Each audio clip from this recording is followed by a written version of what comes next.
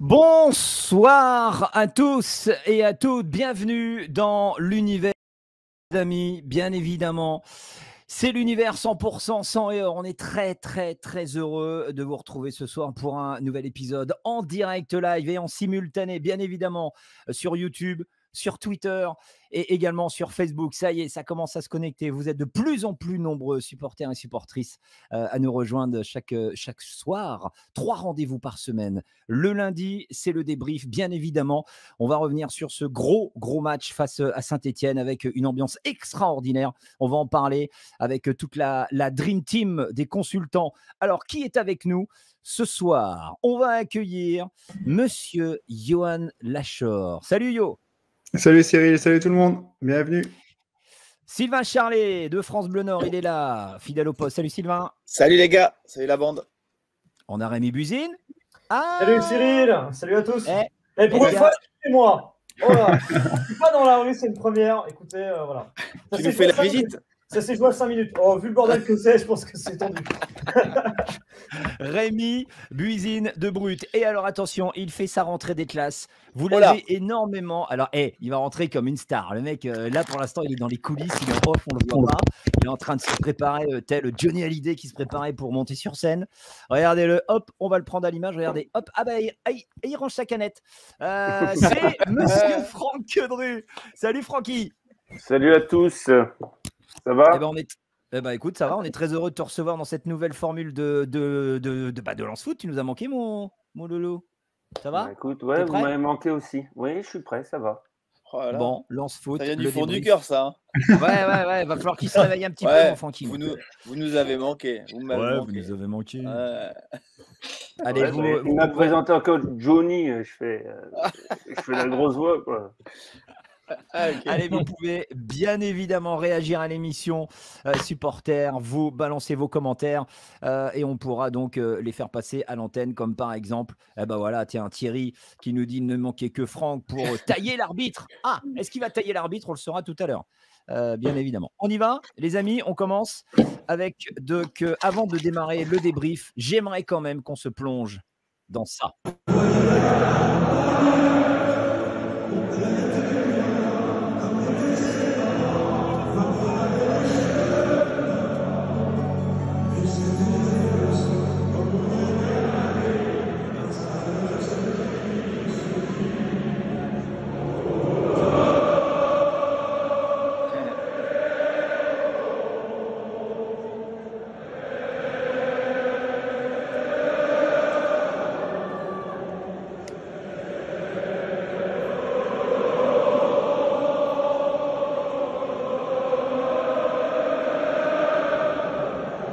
On en a des frissons, c'est un truc de fou. C'est fou, à chaque fois que je vois ça, c'est la même chose. C'est de malade. Ah, c'est magnifique. C'est un truc de malade. On y était, enfin vous y étiez, il y avait Rémi Buzine et Sylvain Charlet qui étaient à Bollaert. Un petit mot sur cette ambiance parce que franchement, on l'attendait depuis déjà longtemps. Et ça y est, stade plein, guichet fermé, une ambiance extraordinaire, des supporters extraordinaires. Non mais il n'y a pas de mots, c'est incroyable. Franchement, ça fait 1 an et demi qu'on attend ça. Moi, j'ai eu des frissons, j'ai même eu les larmes aux yeux à plusieurs reprises parce que franchement, c'était tellement, on a tellement attendu ce moment depuis longtemps. Ça faisait 10 ans qu'on n'avait pas vécu un match de Ligue 1 à Lens avec une telle affluence. Et puis en plus avec de l'ambition. Enfin, c'est tout le contexte qu'il y a autour de ce match-là, c'est quand même fabuleux. On n'a pas pu fêter la montée en Ligue 1, on n'a pas pu fêter la saison dernière, à part les auges à 5000 personnes, mais c'est quand même ridicule par rapport à ce qu'on a pu voir hier. Donc, non, vraiment fabuleux. Et j'espère que ce sera comme ça pendant toute la saison, qu'on aura des stades pleins, que ce soit à Lens et aussi remplir les parcages ailleurs aussi, parce que c'est vrai qu'il y avait beaucoup d'arrêtés préfectoraux par le passé. On espère que ce sera un peu moins le cas cette saison. Troisième meilleure ambiance, troisième meilleure ambiance, première meilleure ambiance. J'ai fait le Parc la veille, c'est pas comparable. J'ai fait PSG la veille. Franchement, c'est incomparable, tu vois. Même si Auteuil, etc. sont de retour, quand tu arrives à Bollaert, tu n'as pas de comparaison possible. Troisième meilleure donc affluence de France ce week-end pour Bollaert, derrière le Vélodrome et le Parc des Princes, mais devant le Stade de Lille, s'il vous plaît. Cela dit en passant, bim badaboum. Et tu sais qu'on ne doit pas parler de Lille dans cette émission, c'est interdit. Ils ont fait quoi Lille ce week-end en fait? Ils ont perdu 4-0 et Bourak n'a pas marqué, forcément. Il a pu marquer contre son camp. Ils sont pris une bonne. Ouais, c'est vrai. Ils se sont pris une bonne petite de fessée. Plus de 35 000 supporters présents à Bollaert hier. C'était magique. Merci, monsieur le. Vous aussi avec Franck dans les chiffres, s'il vous plaît. Ouais. On rigole pas avec ça. Bon, les amis, on commence. C'est parti pour le débrief.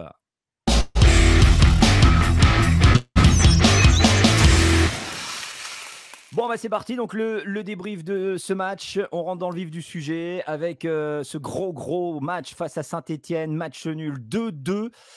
Comment expliquer, messieurs, qu'encore une fois, Lens rate son entame de match avec ce but, on le rappelle, qui a fait mal, la 19e seconde. Cela dit en passant, but le plus rapide en Ligue 1 depuis 2017. Difficile de faire mieux. Optagent. Non, c'est pas Optagent, non. Ah bon. C'était un match entre Bordeaux et Toulouse. Ouais, c'est 14 secondes. Ouais. C'est 14 secondes. Voilà. Ouais, moi, je pense que l'ambiance du match et la volonté de bien faire des Lensois a certainement procuré quelques situations compliquées parce que voilà, on le voit sur le premier but. Et, évidemment, il y a Wu qui fait un appel. On en parlera peut-être un petit peu après, mais voilà, il fait un appel. Au final, il laisse passer le ballon. Saint-Etienne fait un pressing. Voilà, j'ai l'impression que c'est une erreur un peu de précipitation moi, sur ce coup-là. Est-ce que c'était une volonté de bien faire par rapport au public et bien commencer le match peut-être? Moi, je pense que c'est une erreur, moi, déjà.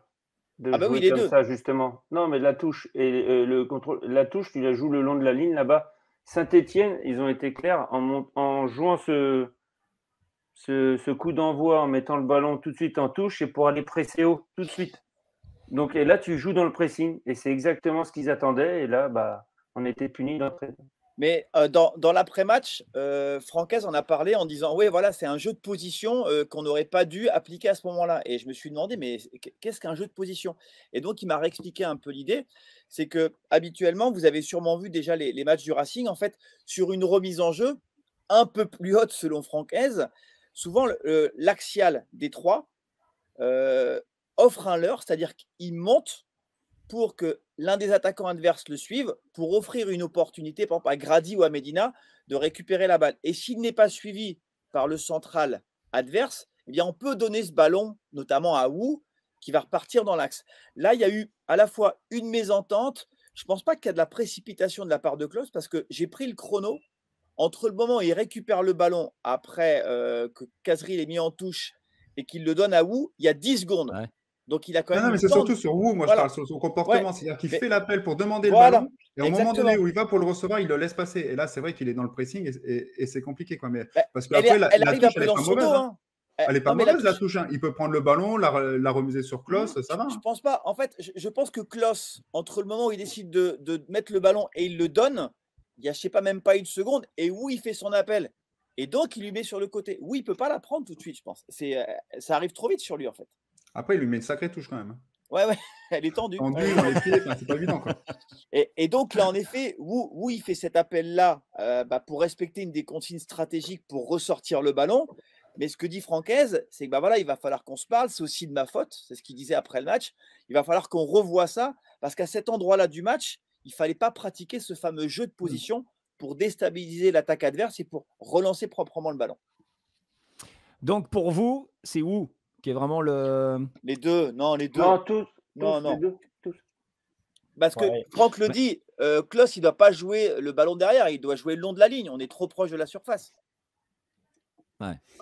On a Thomas qui dit erreur de jeunesse pour Wu. Pour vous et Badé aussi en a fait des erreurs au début quand il est arrivé au club. Il faut lui laisser un petit peu de temps. Au jeune Wu, c'est clair qu'on ne va pas lui tomber dessus. Puis tu as une différence pour vous par rapport à Badé, c'est que Badé, alors peut-être que l'avantage pour lui, les stades vides, c'était peut-être un avantage pour découvrir la Ligue 1 dans le sens où il y avait un peu moins de pression. Là, tu as la pression dans l'autre sens. C'est-à-dire tu es content d'avoir du public, mais tu as aussi une grosse pression d'avoir d'entrer dans un stade comme ça, où il y a 35 000 personnes, où c'est chaud bouillant. Le joueur n'a pas eu l'habitude jusqu'à maintenant de connaître des ambiances comme ça. Il est encore très jeune, il découvre la Ligue 1, donc il faut être assez… faut avoir un peu Ouais, il faut être indulgent, c'est le mot que je cherchais, parce que quand tu vois… Moi je ne suis pas inquiet, parce que je voyais le sondage là que tu avais posté, mitigé, satisfait. Moi, je suis plutôt satisfait, parce que tu vois le potentiel du garçon quand même dans ses interventions. Tu vois qu'il y a du ballon, tu vois qu'il y a Il y a juste un peu de progression, de l'attention à avoir. Et puis, c'est aussi de se dire que le poste qui est le sien, en tout cas sur ces deux premiers matchs, n'est pas forcément celui avec lequel il a joué à Nancy, qui est plutôt côté gauche. Donc, en soi, avec un peu moins de responsabilité. Là, tu débutes en Ligue 1, stade plein, à un poste qui n'est pas forcément le tien non plus. Donc, un peu d'indulgence parce que sur l'ensemble du match, quand on regarde la copie, c'est quand même plutôt pas mal et c'est assez prometteur. Après, je suis pas sûr que ce soit le même profil que Baldé quand même. Ouais, Non, pas du peut-être un tout. peu différent. Ouais, c'est différent. Non. Il est plus, entre guillemets… En quoi c'est différent en quoi il est différent de Loïc Badet? Pour moi, Baldé, c'était quelqu'un qui était plutôt… Enfin, j'aime pas employer ce mot, mais une intelligence tactique, qui était plus dans l'anticipation, il sentait un peu mieux les coups. Que Wu, j'ai l'impression que c'est plus un joueur bon dans les duels, dur sur l'homme. Ouais, exact. Voilà, donc c'est pas du tout la même, à mon avis, approche et même stratégie par rapport à ce que peut faire Franck, quoi. Ouais, il n'a pas l'aisance de Loïc Badet, balle au pied. Ouais, voilà, bien sûr, ouais, il faut attendre. Je veux dire, ce qu'on dit aujourd'hui, il remettra peut-être tout ça en question dans les prochaines semaines. Mais c'est vrai que les premières impressions sur ses premiers matchs de championnat, c'est que je trouve que balle au pied, voilà, il n'a pas l'aisance d'un Loïc Badet. Il a plus un côté stopper que libéraux. Voilà, c'est plus un Desailly qu'un Laurent Blanc. Ouais. On a pas mal de messages de supporters. Vous continuez à réagir bien évidemment en direct sur les réseaux sociaux. Vous nous suivez sur YouTube, Facebook et également Twitter. On parlera de Medina, on parlera de Grady dans quelques instants. Lens a parfois été quand même très friable défensivement, c'est moins qu'on puisse dire. Comment on peut expliquer ça, Franck? Déjà, parce que Saint-Etienne a super bien joué les coups qu'ils avaient à faire. Ils ont été efficaces et ils nous ont pris à chaque fois début de première mi-temps, début de deuxième mi-temps. Donc, c'est des moments où la concentration elle doit être au top. Et je pense qu'il y a un petit problème de concentration sur certaines actions, de repli défensif aussi. Donc, et comme tu tombes d'une équipe qui a joué les coups correctement, tu es pénalisé sur 2 fois, sur 4 ou 5 actions qui avaient été sautées. Est-ce qu'on ne s'est pas projeté un petit peu trop en avant Moi, je dirais pour attaquer que le style de jeu quand même aussi de Lens, la saison passée, ils l'ont prouvé, ils essayent de refaire cette même stratégie, j'ai envie de dire, cette saison. Voilà, c'est un jeu offensif. Je veux dire, il y a quand même les 2 excentrés qui sont relativement hauts. On voit Seko Fofana qui est relativement haut, Calcutta, les 2 attaquants. On met du monde là-haut justement pour pouvoir jouer, pour pouvoir avoir du monde et mettre des buts. Évidemment, maintenant, quand il y a des erreurs techniques, des erreurs de passe, des erreurs de maîtrise, quand on perd le ballon, on n'est que 4 derrière. Il y avait Doucouré et les 3 défenseurs. Donc, on se retrouve là, si les contres sont bien menés par les attaquants, en situation à jouer des 3 contre 3, des 4 contre 4, voire un peu en infériorité aussi des fois. Donc, je pense que la stratégie de Lens fait que de temps en temps, on risque d'avoir chaud derrière. Ouais, parce que là, le jeu de transition de l'AS Saint-Etienne hier, c'est quand même quelque chose parce qu'ils se font bouger sur la première, mais ils ont quand même pas mal d'opportunités. Ils en ont aussi sur la deuxième où ils peuvent mener 3-1. Mais quand tu regardes bien, on parle du déséquilibre qui est aussi une volonté dans la stratégie du staff de Franck Hez. Mais hier, les Lensois, ils ne se font pas prendre sur le déséquilibre. Ils se font prendre sur des erreurs grossières défensivement. Il y a le premier but, en effet, qui est une mésentente, le terme est un peu fort, erreur grossière. Et sur le deuxième but, le but de Bouanga, il y a au départ une touche pour les Stéphanois. Ils sont posés, ils sont en place, les Lensois. Mais derrière, il y a un manque d'agressivité. On laisse 4 mètres au porteur. Cheikh Doucouré, il oublie de suivre Camara. Grady, il ne peut pas venir aider Christopher Wu puisqu'il est aspiré par Camara vers l'intérieur. Et il y a un contre 1 où là aussi, Wu, il laisse 3 mètres à Bouanga. Et tu ne laisses pas 3 mètres à Bouanga. Je veux dire, sur l'ensemble de l'action, c'est juste de la défense basique, un manque d'agressivité. Ce n'est pas une histoire de déséquilibre. Oui, le déséquilibre a offert beaucoup d'opportunités à Saint-Etienne, mais ça va être le cas dans tous les matchs du Racing Club de Lens. Il faut qu'on s'en réjouisse parce qu'il va y avoir du jeu des 2 côtés. Le pressing stéphanois qui était quand même assez haut pour contrer les Lensois, il a été gênant, Rémi ? Il a été gênant et moi, sur cette notion peut-être de déséquilibre, je l'ai un peu ressenti peut-être au milieu de terrain quand même. C'est-à-dire où on a vu par exemple un Seko Fofana qui était énormément sur la gauche et qui n'était pas du tout à son poste, qui a fait un très bon match, mais d'un point de vue tactique, j'avais un peu de mal à comprendre. D'un côté, ça bascule beaucoup sur Jonathan Klaus, on a un peu de mal à trouver David Machado. Là encore une fois, je suis assez optimiste sur le joueur parce que dès qu'il a le ballon, c'est hyper intéressant. Les centres, les contrôles sont toujours très bons. Enfin, on voit que c'est une bonne recrue en tout cas sur le niveau du joueur, mais on a eu un peu de mal à le trouver. Donc, voilà, face à une équipe de Saint-Etienne qui est assez physique, qui a mis un bon pressing aussi. Donc, je pense qu'il y a un peu des deux, mais le déséquilibre côté lensois, mais je l'ai un peu trouvé. Et je trouve que Seko Fofana illustrait quand même pas mal par rapport à son positionnement. J'avais vu une carte qui montrait justement qu'il était vraiment énormément présent plutôt sur la gauche, alors qu'à la base, il est milieu défensif. Je ne sais pas si ça a joué aussi sur la performance de Tchèque Doucouré, que j'ai trouvé un peu plus en dents que d'habitude, en tout cas moins performant. On va en parler tout à l'heure. Il a perdu quelques ballons, etc. Je trouvais que c'était un peu mitigé par rapport à ce qu'on connaît, lui qui est très précieux normalement à la récupération. Mais ce déséquilibre, en tout cas, moi je l'ai ressenti un peu, et l'équipe de Saint-Etienne, en tout cas, est de bonne qualité, parce que c'est vrai que l'année dernière, on les avait vus très bas au classement, donc on se disait, mais cette année, ça va être une équipe qui va sûrement jouer un rôle un peu plus important, parce qu'il y a des petits jeunes qui commencent à émerger. Mais de manière, les 30 premières minutes ont été méga intenses, hein. Physiquement, des deux côtés. Les duels, c'était vraiment puissant, Franck. Ça y allait, à cœur joie. C'est l'enthousiasme aussi de Bollard, parce qu'on est tombé sur deux équipes aussi qui ont l'habitude d'avoir un public exceptionnel, parce que le public de Saint-Étienne est très bon aussi. Lens reste meilleur. Bon, je vais le dire quand même. Mais ils avaient à cœur joie de mettre de l'intensité, surtout en début de match. Et c'est logique qu'il y a des duels assez impressionnants. Mais c'est resté très correct. Puis les Stéphanois, je veux dire, ils ont vécu une saison très compliquée la saison dernière. À mon avis, ils ont envie de tirer un peu les leçons de ce qui s'est passé, et ils ont envie d'avoir leur destin entre les mains et pas subir ce qu'ils ont fait la saison dernière. Donc, je pense qu'ils veulent vraiment bien attaquer la saison pour éviter d'être en danger sur la fin. Il y a un homme qui a vraiment été énorme hier dans la défense, c'est Jonathan Grady. On va parler de lui quelques instants, et on va revenir sur ses stats. 5 tacles réussis, 84 ballons touchés, 14 duels gagnés. C'est quand même énorme, hein, la perceuse là, Jonathan Grady. C'est impressionnant. J'ai envie de dire, il est sur ses stats de l'année dernière. Hein. Mais c'est parce que l'année dernière, on parlait plus justement de Badé, de tout le monde à part lui, mais là, il est taille patron, comme j'ai envie de dire, la régularité comme l'année dernière. Ouais, il était taille patron déjà. En fait, il était un peu dans l'ombre de Badé et Medina, parce que c'était les recrues, puis on était impressionné aussi par Loïc Badé, mais celui qui a porté la défense pendant toute la saison l'année dernière, c'est Jonathan Gradit. C'est le plus régulier. C'est le plus régulier. Il a été monstrueux à certains moments. Quand tu vois les remontées de balles, je veux dire, ce surnom de la perceuse, je veux dire, il n'est pas injustifié. Hein, ça lui va très bien. Il a été présent à certains moments pour donner un peu d'impulsion à la défense.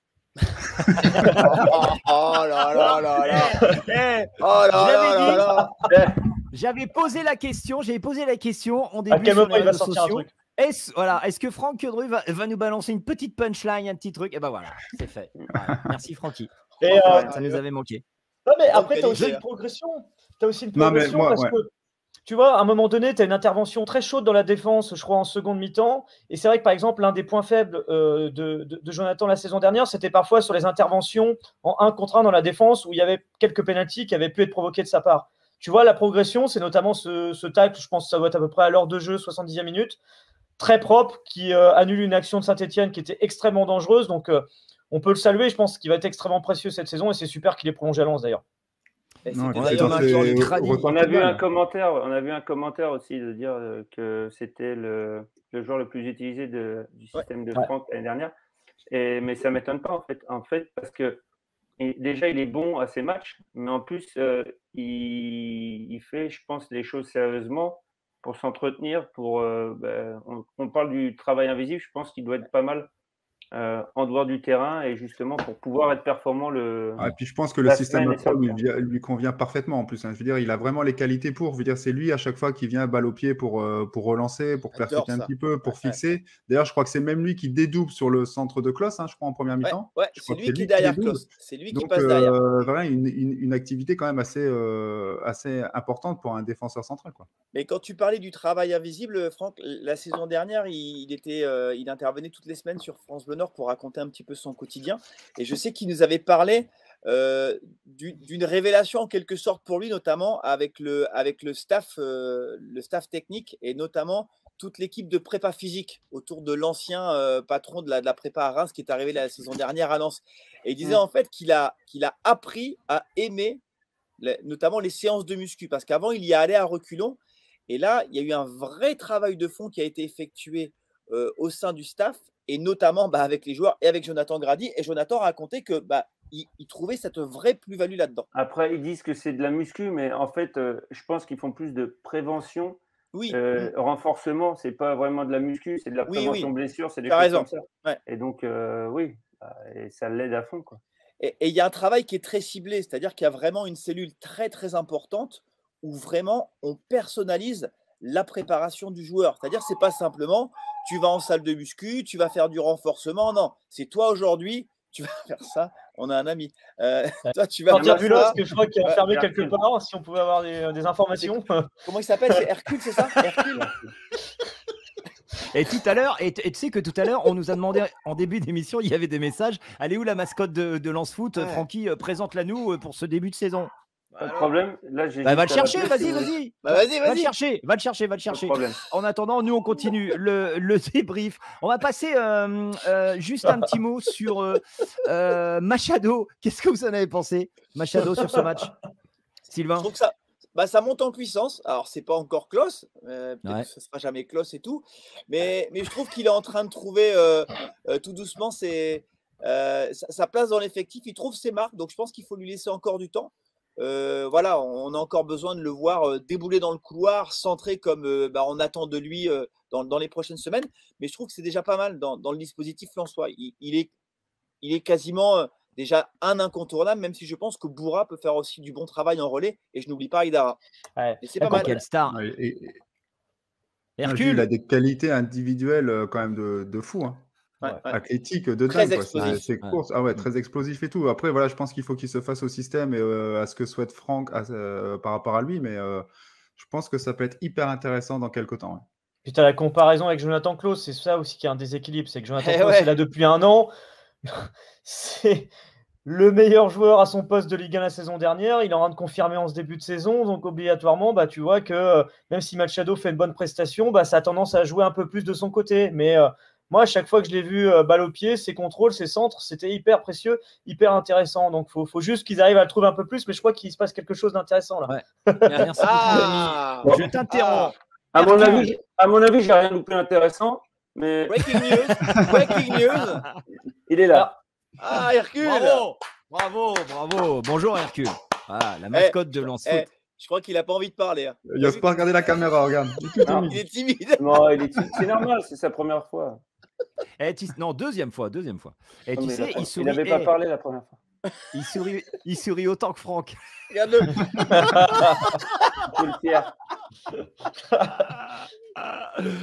Bon, les amis, on continue. Un mot, tiens, sur Tchèque Doucouré, parce que alors là, franchement, personnellement, alors je ne vais pas mettre un tacle par derrière au Douk, mais j'ai trouvé quand même qu'il n'était pas, comme d'habitude, très en dessous physiquement dans ses duels, beaucoup d'erreurs, beaucoup de pertes de ballon. Vous en avez pensé quoi, vous, de la presta de Tchèque Doucouré? Rémi? Moi, je le rejoins. Je crois que c'est Sylvain ou c'est Rémi qui parlait de Fofana, son positionnement. Et c'est vrai que je trouve que Fofana a, pour le coup, joué beaucoup de coups off et a laissé un peu la partie def à Doucouré et laissé un peu aux autres et pour lui gérer la transition off. Quoi. Donc, peut-être que ça explique aussi le positionnement et les difficultés qu'a pu rencontrer Tchèque, mais voilà, il faudra voir si ça va être rectifié sur les matchs à venir. Mais en tout cas, c'est sûr que sur ce match-là, on a été un peu surpris et déçus par rapport à ce qu'il a fait. Mais c'est vrai que Fofana avait tendance à beaucoup plonger. Après, voilà, quand Fofana plongeait, tu avais aussi Kakuta qui décrochait parce qu'il y avait aussi cette volonté de dézonner pour Kakuta. Parce que voilà, forcément, il est ciblé. On sait que dans l'intérieur du jeu, si on bloque Kakuta au Racing Club de Lens, on annihile une bonne partie des opportunités offensives du Racing Club de Lens. Donc, il décrochait et Fofana se projetait. Mais si tu perds le ballon, qui vient aider Doucouré dans le travail défensif? Donc, c'est vrai que il s'est retrouvé souvent un petit peu seul et forcément, il y avait beaucoup de déséquilibre parfois. Et tout de suite, on se projetait sur l'axe central avec Wu, Medina et Grady. Alors, on a Ludovic qui dit Doucouré a été un petit peu léger, hein, contrairement à ses prestations précédentes, mais il va monter en puissance et il sera monstrueux Ça arrive, à l'avenir, bien évidemment, bien évidemment. Et puis, on a Cara59 qui dit vous abusez, les gars, concernant Tchèque. Le régulateur au milieu quand Fofana joue à gauche et Kakuta haut à droite. Résultat, seul point de basse au milieu. C'est ça. Après, il dit quelque chose d'intéressant. C'est ce qu'on dit. C'est qu'il n'est pas forcément que responsable de sa prestation en demi-temps. C'est qu'il y a un problème tactique de déséquilibre qu'on évoquait tout à l'heure sur le milieu de terrain. Fofana très à gauche, Kakuta qui du coup est un peu perdu, je pense aussi. Enfin, c'était un peu compliqué au milieu de terrain en tout cas. Klaus et Machado au point de corner. Enfin bon, qui défend dans cette équipe en fait? Attendez, je vous interromps parce que là c'est quand même énorme. Là, que se passe-t-il ce qui se passe en coulisses. J'ai devant moi, alors je ne peux pas vous le montrer, mais j'ai devant moi un écran qui montre tous les commentaires qui arrivent pendant le live. Et là, il y a un mec, il s'appelle Aplogan Prudent. Hein, je ne sais pas qui c'est ce monsieur, mais regardez, je vais quand même mettre le message 2 secondes parce que sans déconner, je sais pas, je pense que c'est pour Franck ou je pense. Regardez, mais qu'est-ce qui est. Salut pour tous vos problèmes de stérilité, d'infection. Un procès. Non mais qui c'est ce monsieur là? Non mais sans déconner, qu'est-ce qu'il fait là lui? Non mais sortez monsieur.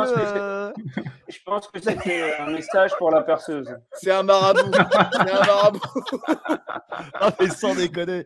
Non mais bloquez-moi ce monsieur. Allez. Il fait des prêts ou pas sur 10-15 ans ou pas? Il y a des taux d'intérêt, ça se passe comment? Je te filerai tu dois faire un dépôt du coup. Je te filerai son 06. Bon, on va parler de l'animation offensive parce que le temps passe, les amis. Ça déroule. L'animation offensive, qu'avez-vous pensé? Eh bien, attention, parce que je crois que c'est le tacle par derrière. Donc, on y va, jingle.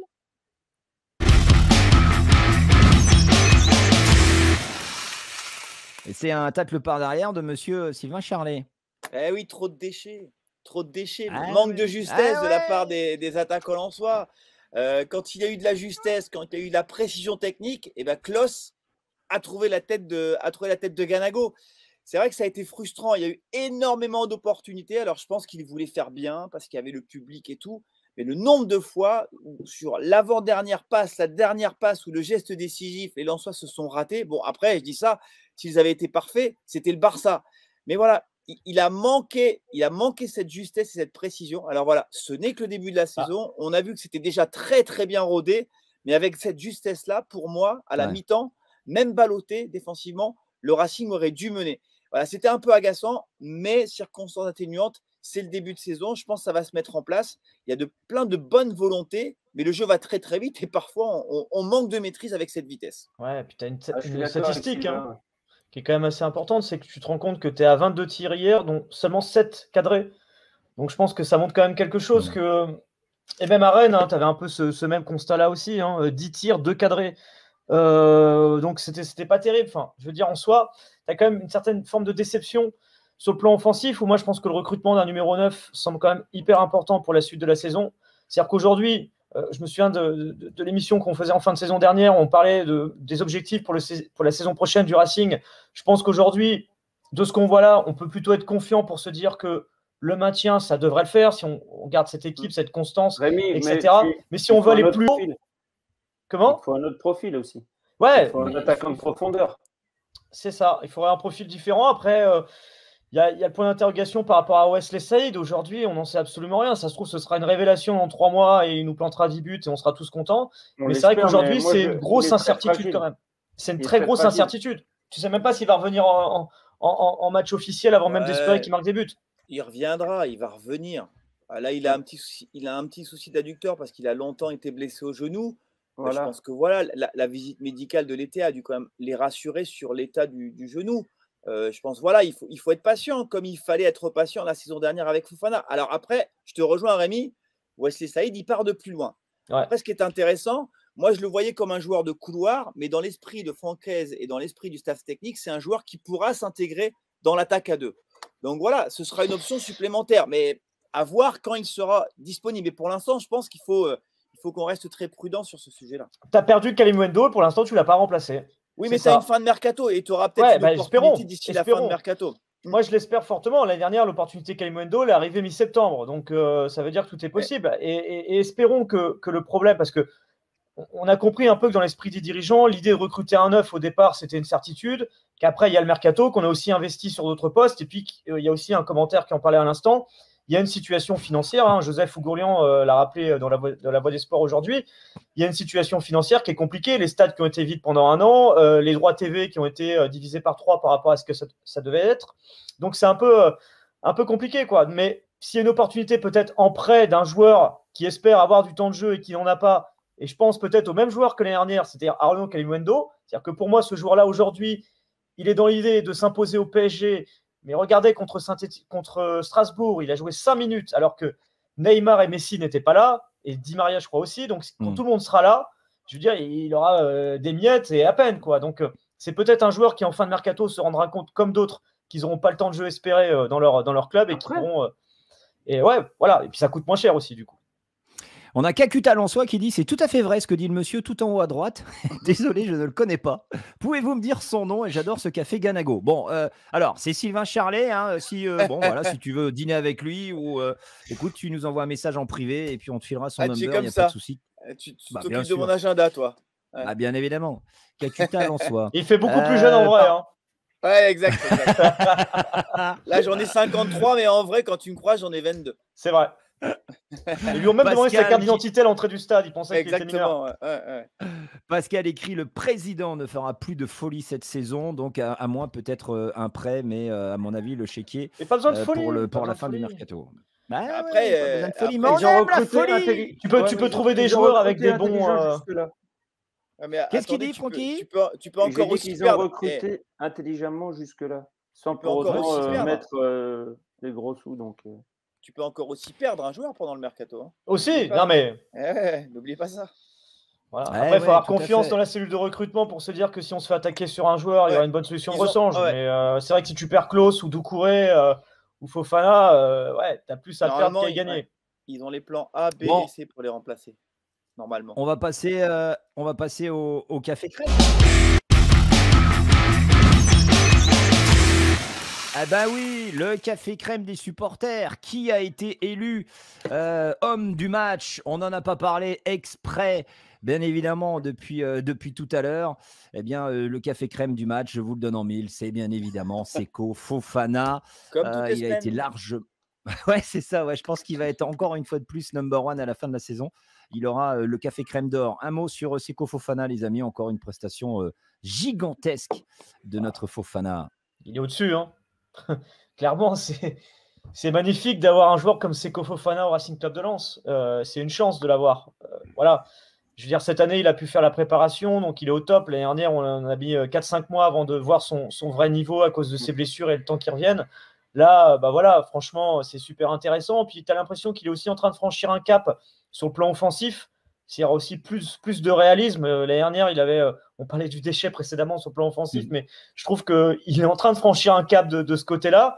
Et si ça continue, vu les déboires qu'on peut avoir en attaque, il finira par être meilleur buteur du Racing, quoi. Et quand je regarde les noms là qui sont cités là, pour moi, il en manque un. Qui? Il manque Jean-Louis Lécart. Dans le café crème des supporters? Ah, mais oui. Moi, j'aurais dit Jonathan Grady. Ouais, c'est vrai. Je suis d'accord. Donc, j'aurais sorti Wu et Ganago, moi. Non, mais ce que je veux dire, c'est que les cas, ils te laissent dans le match. Hein.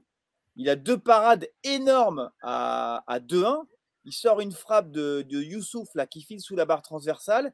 Il gagne un premier duel avec Bouanga en face à face. Et derrière, Wu gagne un deuxième duel avec Bouanga. S'il n'est pas là, il y a peut-être 3-1 à l'heure de jeu et on n'en parle plus. Hein. Donc, moi, je l'aurais bien mis dans la boucle. Pour moi, en 2, c'est Jonathan Grady. Hein. Eh bien, écoutez, vous n'allez pas me pomper, l'air. C'est comme ça. Mais après, c'est un top joueur. Bah, bien sûr, les stats de Seko Fofana. Regardez, 10 km 32 parcourus sur ce match. 10 km 32, 50 ballons touchés, 5 duels gagnés et 81 passes réussies. C'est surtout Bah, les c'est courses à énorme. haute intensité qu'il faut regarder dans les 10 km. C'est ça qui est impressionnant. Je pense qu'il fait des courses qui sont Puis balle au pied aussi. longues et puissantes et balle au pied, donc c'est encore plus fatigant. Et Ouais. Il casse les lignes tout le temps, en fait. C'est ça qui est fort. Et il doit progresser dans le dernier geste, dans la dernière passe. Ok, il a marqué 2 buts. Il a marqué un beau but. Mais sincèrement, hier, il doit en mettre un. Il doit mieux donner sur certains ballons. Parfois, en fait, j'ai du mal à comprendre c'est quoi. C'est parce qu'il est en bout de course, il se précipite un peu. Ouais, puis je pense qu'il est pris dans son élan, Ouais, quoi, tu vois. Il ouais, part je crois que tellement c'est de loin voilà, des c'est ça. fois que. Exactement. Ouais. Donc c'est compliqué, ouais. Il lui manque ce petit truc-là. Un petit coup d'œil sur le classement, tiens, de cette deuxième journée de Ligue 1. Ça va arriver à l'écran. avant chrono, Bon, on est 9e. ouais, voilà. On est 9e avec 2 points. Mais si on voit, regarde, on a fait des progrès techniquement cette deuxième saison, Francky, non? Ah, c'est incroyable, hein. Attends, Ouais, t'as vu la grosse technique, machine, Francky? T'es pas. Sans déconner? Au niveau de la technique de lance ou technique du débrief? Mais, Maintenant, ils ont des images, ils ont de l'animation et tout. Oh là là, c'est un truc de fou. Mais je me perds, hein, je sais même plus si on est à l'image. quand il y a un tableau, là- par contre, on voit pas Cyril. Ouais. Lance Je s'est sais, qualifié il y a- pour la Coupe d'Europe. Il est Avec les caché coups de soleil derrière. avec les coups de soleil qu'il a sur son nez, vaut mieux pas regarder. Bon, les amis, on se retrouvera bien évidemment vendredi pour l'avant-match. Merci à tous les supporters d'avoir été nombreux encore une fois de plus à suivre ce live Lance Foot, le débrief. Un grand merci. Vous êtes très nombreux à avoir mis vos commentaires. On ne peut pas tous les passer, bien évidemment. On continue à se suivre mutuellement. Vous likez sur YouTube, vous abonnez à nos pages Facebook, Twitter, Instagram et YouTube. On est tout simplement partout avec vous. Merci Francky, merci Yo. Merci Sylvain, Merci à tous. Rémi. Merci à Salut, tous. les gars. Merci de nous Les gars, suivre, bonne c'est soirée. gentil. Merci beaucoup. Ciao les amis. T'as vu Francky, on a même un générique maintenant. Attention, Ouais. bam. Oula, Ouais, mais Je par l'envoie ou contre- pas? Vas-y, Oui, générique. attends, mais Wow. juste avant, c'est Ah. bien de nous suivre. Il faut continuer à nous suivre parce que pour l'instant, on n'est pas payé. Donc, n'hésitez pas. si vous voulez faire, il va On lancer fait un des dons. Il y a une Ouais. cagnotte Litchi qui va se monter. Générique. Rue vient de lancer un Tipeee. générique. Oh punaise, le retour de Franck Quedru. Allez, générique. Tiens, tu sais quoi? Tu vas faire Lance-le. le maestro. Vas-y, lance-le, dis au revoir et tu lances le générique. Vas-y, Au j'obéis. revoir à tous. À vendredi pour l'avant-match. Maintenant, le générique, s'il vous plaît. Oh, bah. Allez, ciao tout le monde.